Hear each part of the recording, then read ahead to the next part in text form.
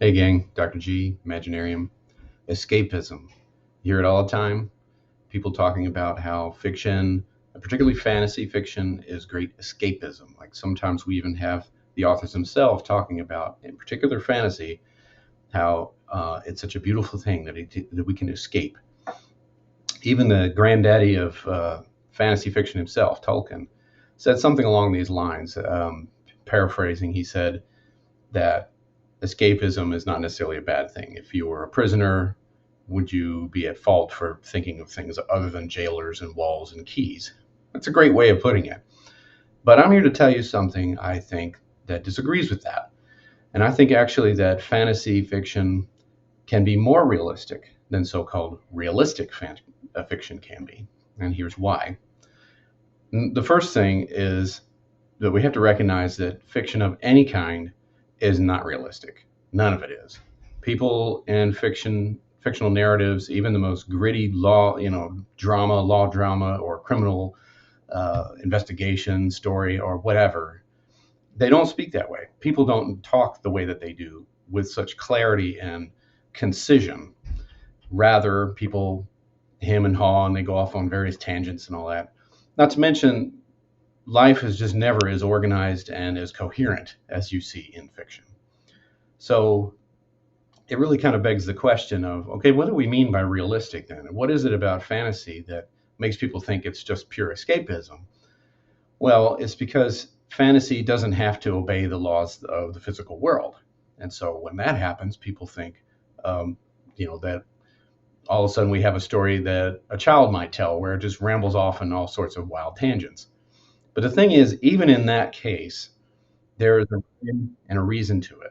And it's very similar to what we've said about dreams here on the channel here with myself and other folks that I've invited on here.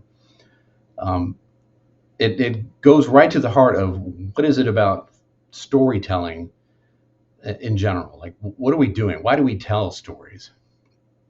And I think we tell stories to entertain, yes, but what does that mean? To escape, yes, to a degree. But at the root of it, what we're really doing, I think, is expressing a human experience and expressing an emotional truth of some kind. If a story that you tell is pure entertainment, pure escapist fantasy, and those things do exist, then that's great and wonderful. But those sorts of things don't tend to last very long.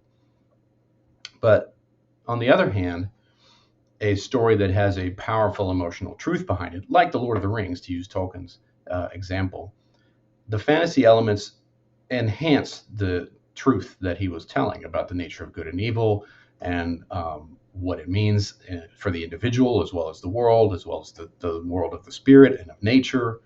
And all of that stuff could not be told in a medium other than fantasy and have the same impact. So when you hear people talk about fantasy being a pure escapism, recognize that that's not entirely true.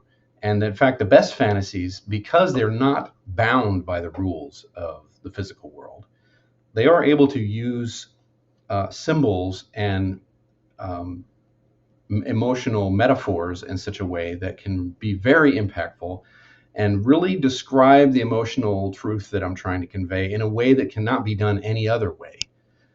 And it's because of the use of images and symbols and the way that those kind of bypass the intellect, if you will, and go straight to the heart, is why fantastical narratives like fantasy and horror, and to a lesser degree science fiction, because science fiction is occupied with the future, typically.